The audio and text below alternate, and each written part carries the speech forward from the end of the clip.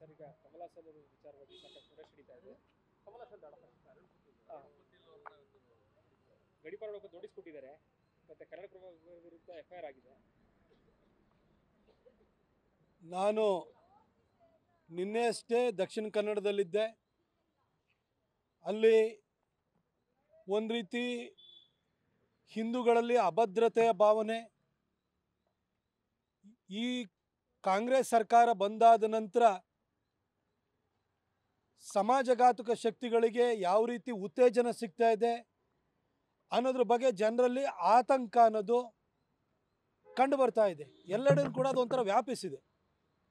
ಇದ್ರ ಬೆನ್ನಲ್ಲೇ ಅರುಣ್ ಕುಮಾರ್ ಪುತ್ತಿಲ ಅವರನ್ನು ಗಡೀಪಾರು ಮಾಡಬೇಕು ಅಂತೇಳಿ ಮತ್ತು ಪ್ರಖರ ವಾಗ್ಮಿಗಳಾಗಿರುವಂತಹ ಡಾಕ್ಟರ್ ಕಲ್ಲಡ್ಕ ಪ್ರಭಾಕರ್ ಭಟ್ರ ವಿರುದ್ಧ ಎಫ್ಐಆರ್ ದಾಖಲಿಸಬೇಕು ಅಂತೇಳಿ ಆದೇಶವನ್ನು ಹೊರಡಿಸಿರುವಂಥದ್ದು ಕರ್ನಾಟಕದಲ್ಲಿ ತಾಲಿಬಾನಿ ಸರ್ಕಾರವನ್ನು ಸ್ಥಾಪನೆ ಮಾಡುವ ನಿಟ್ಟಿನಲ್ಲಿ ಇಟ್ಟಿರುವಂಥ ಒಂದು ಹೆಜ್ಜೆ ಆಗಿದೆ ಅನ್ನೋದ್ರ ಬಗ್ಗೆ ಸಂಶಯನೇ ಬೇಡ.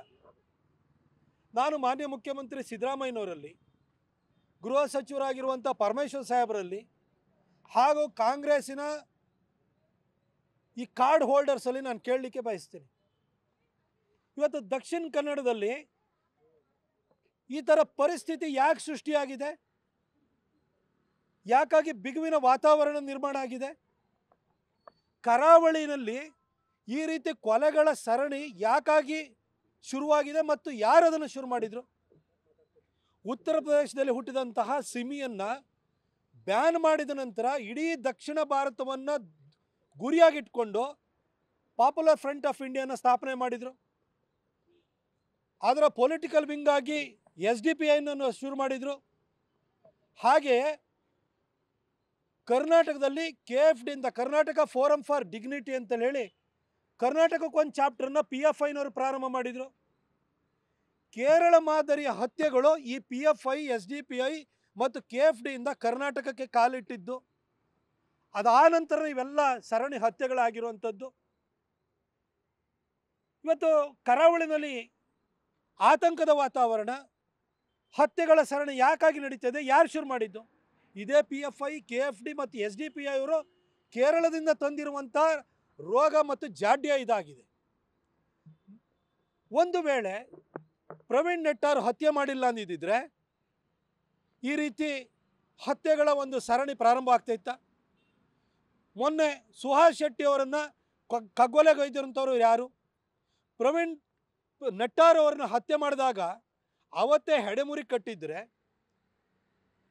ಕೇರಳ ಮಾದರಿಯ ಹತ್ಯೆಗಳು ಕರ್ನಾಟಕ ಬಂದಿರೋ ಜಾಡಿ ಹಿಡಿದು ಹೋಗಿ NIAಗೆ ಎನ್ಕ್ವೈರಿನ ಕೊಟ್ಟು ಮೂಲದಲ್ಲಿ ಅದನ್ನು ಚಿವುಟುವಂಥ ಕೆಲಸವನ್ನು ಮಾಡಿದರೆ ಇವತ್ತು ದಕ್ಷಿಣ ಕನ್ನಡದಲ್ಲಿ ಈ ಪರಿಸ್ಥಿತಿ ನಿರ್ಮಾಣ ಆಗ್ತಿರಲಿಲ್ಲ.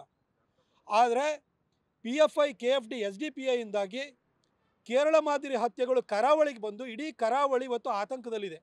ಇದು ಬರೀ ಕೇವಲ ಹಿಂದೂಗಳು ಮಾತ್ರ ಅಲ್ಲ, ಕ್ರೈಸ್ತರು ಕೂಡ ಆತಂಕದಲ್ಲಿದ್ದಾರೆ. ಕೇರಳದಲ್ಲೂ ಕೂಡ ಕ್ರೈಸ್ತರು ಮತ್ತು ಹಿಂದೂಗಳು ಇವರ ವಫ್ ಇರ್ಬೋದು, ಇವರ ಹತ್ಯೆಗಳಿರ್ಬೋದು, ಇವರಲ್ಲಿ ಒಬ್ಬ ಪ್ರೊಫೆಸರ್ನ ಕೈ ಕಡಿದಿದ್ದ ಘಟನೆ ಇರ್ಬೋದು, ಪ್ರತಿಯೊಂದು ಘಟನೆಗಳ ನಂತರವೂ ಕೂಡ ಅಲ್ಲಿನ ಕ್ರೈಸ್ತರು ಕೂಡ ಈ SDPI, KFD ಮತ್ತು PFIಗಳ ಧೂರ್ತ ರೂಪದ ಬಗ್ಗೆ ಆತಂಕಕ್ಕೊಳಗಾಗಿದ್ದಾರೆ. ಇವತ್ತು ದಕ್ಷಿಣ ಕನ್ನಡದಲ್ಲೂ ಕೂಡ ಹಿಂದೂಗಳು ಮತ್ತು ಕ್ರೈಸ್ತರು ಆತಂಕದಲ್ಲಿದ್ದಾರೆ.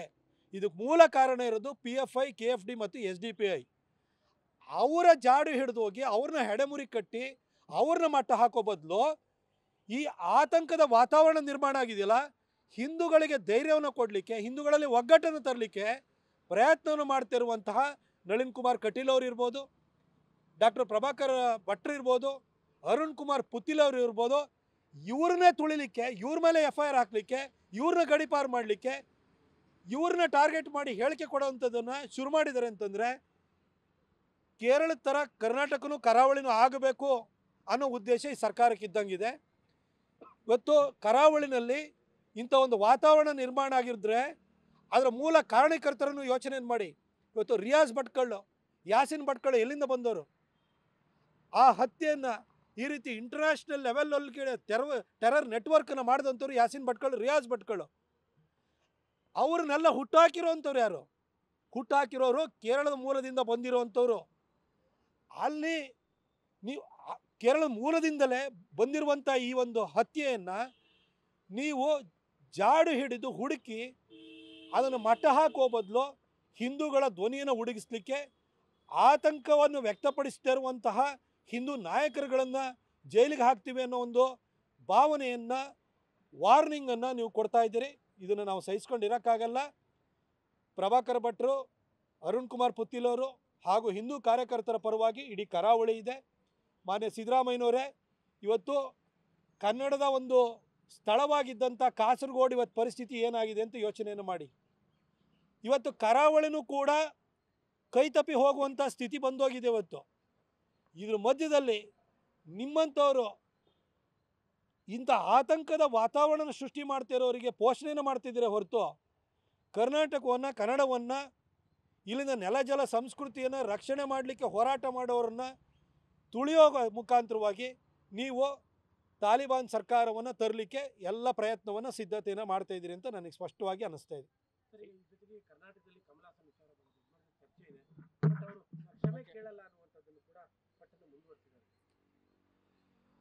ಇತ್ತೀಚೆಗೆ ಒಂದು ಕಾರ್ಯಕ್ರಮದಲ್ಲಿ ಕಮಲ್ ಹಾಸನ್ ಮಾತನಾಡ್ತಾ ತಮಿಳೇ ಕನ್ನಡಕ್ಕೆ ತಾಯಿಯಂತೆ ಇಂಥ ಒಂದು ಅಸಂಬದ್ಧ ಹೇಳಿಕೆಯನ್ನು ಆತ ಕೊಟ್ಟ.